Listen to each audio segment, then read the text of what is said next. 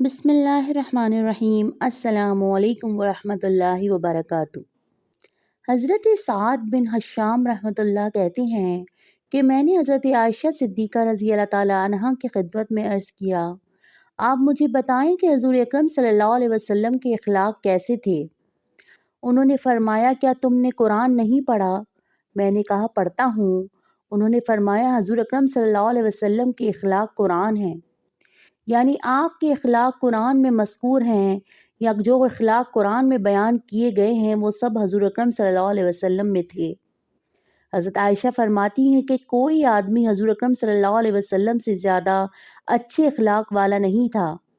جب بھی آپ کو آپ کا کوئی صحابی پکارتا یا گھر کا کوئی آدمی پکارتا تو آپ صلی اللہ علیہ وسلم اس کے جواب میں لبیک کہتے۔ اسی وجہ اللہ تعالیٰ نے یہ آیت نازل فرمائی، وَإِنَّكَ لَعَلَىٰ خُلُقٍ عَظِيمٍ، بے شک آپ اخلاق حسنہ کے اعلیٰ پیمانے پر ہیں۔ سبحان اللہ۔ حضرت خارجہ بن زید کہتے ہیں کہ کچھ لوگ میرے والد حضرت زید بن ثابت رضی اللہ تعالیٰ عنہ کے پاس آئے اور انہوں نے کہا، آپ ہمیں حضور اکرم صلی اللہ علیہ وسلم کے کچھ اخلاق بتائیں۔ حضرت زید نے فرمایا، میں حضور اکرم صلی اللہ علیہ وسلم کا پڑوسی تھا۔ جب آپ صلی اللہ علیہ وسلم پر وحی نازل ہوتی تو آپ میرے پاس پیغام بھیجتے کہ آ کر وحی لکھ لیتا۔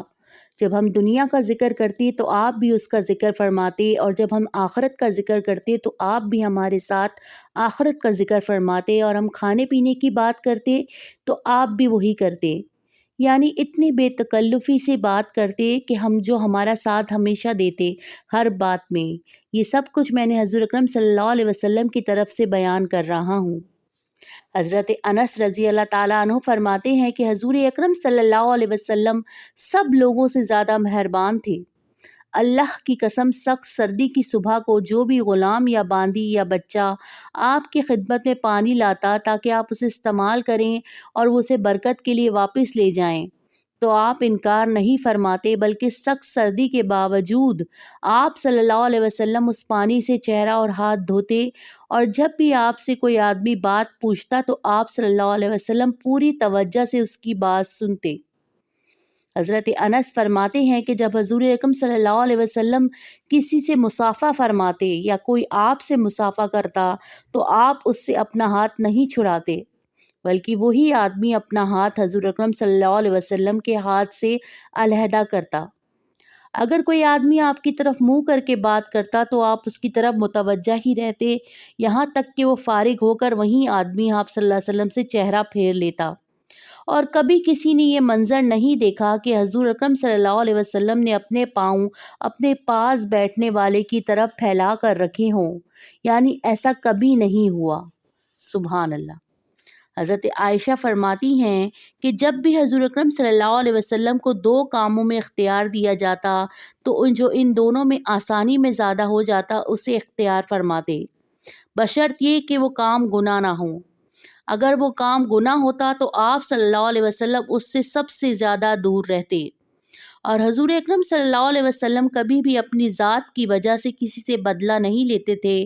ہاں، کسی کو اللہ کا حرام کردہ کام کرتا ہوا دیکھتے تو اس سے ضرور بدلہ لیتے، لیکن یہ بدلہ لینا اللہ کے لیے ہوتا تھا۔ سبحان اللہ۔ حضرت انس رضی اللہ تعالیٰ عنہ فرماتے ہیں کہ جب حضور اکرم صلی اللہ علیہ وسلم مدینہ تشریف لائے تو میری عمر 8 سال تھی۔ میری والدہ مجھے ساتھ لے کر حضور اکرم صلی اللہ علیہ وسلم کی خدمت میں گئیں اور عرض کیا، یا رسول اللہ، میرے علاوہ انصار کے تمام مردوں اور عورتوں نے آپ کو کوئی نہ کوئی تحفہ دیا ہے، اور میرے پاس تحفہ دینے کے لیے اس بیٹے کے علاوہ اور کچھ نہیں، اس لیے آپ اسے میری طرف سے قبول فرما لیں، جب تک چاہیں آپ کی یہ خدمت کرے گا۔ چنانچہ میں نبی کریم صلی اللہ علیہ وسلم کی 10 سال خدمت کی۔ اس عرصے میں آپ نے نہ تو کبھی مجھے مارا، نہ گالی دی، اور نہ کبھی تیوری چڑھائی۔ حضور اکرم صلی اللہ علیہ وسلم سب سے زیادہ با اخلاق تھے۔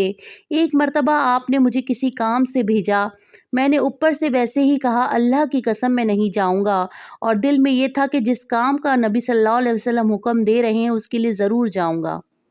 چنانچہ میں وہاں سے باہر آیا اور میرا گزر بچوں پر ہوا جو بازار میں کھیل رہے تھے۔ میں وہاں کھڑا ہو گیا، اچانک نبی صلی اللہ علیہ وسلم نے آ کر پیچھے سے میری گدی پکڑ لی۔ میں نے دیکھا تو حضور ہنس رہے تھے۔ آپ نے فرمایا اے چھوٹے انس، جہاں جانے کو میں نے تمہیں کہا تھا تم وہاں گئے؟ میں نے کہا جی ہاں ابھی جاتا ہوں۔ میں نے حضور اکرم صلی اللہ علیہ وسلم کی 9 سال خدمت کی، مجھے یاد نہیں میں نے کوئی غلط کام کر دیا ہو تو اس پر حضور نے فرمایا ہو کہ تم نے یہ کام کیوں کیا یا کیوں چھوڑ دیا، اور یہ فرمایا کہ تم نے یہ کام کیوں نہیں کیا۔ اللہ تعالی ہم سب کو نبی کریم صلی اللہ علیہ وسلم کے اخلاق کو اپنانے کی توفیق عطا فرمائے، ان کی سنتوں پہ چلنے والا بنا دے، ہماری اولادوں کو بھی چلنے والا بنا دے۔ اچھے اخلاق کے لیے دعا بھی مانگنی چاہیے اور برے اخلاق سے حفاظت کی بھی دعا مانگنی چاہیے۔ اللہم انی اعوذ بک من الشقاق والنفاق وسوء الاخلاق، واللہ اعلم بالصواب۔ جزاک اللہ۔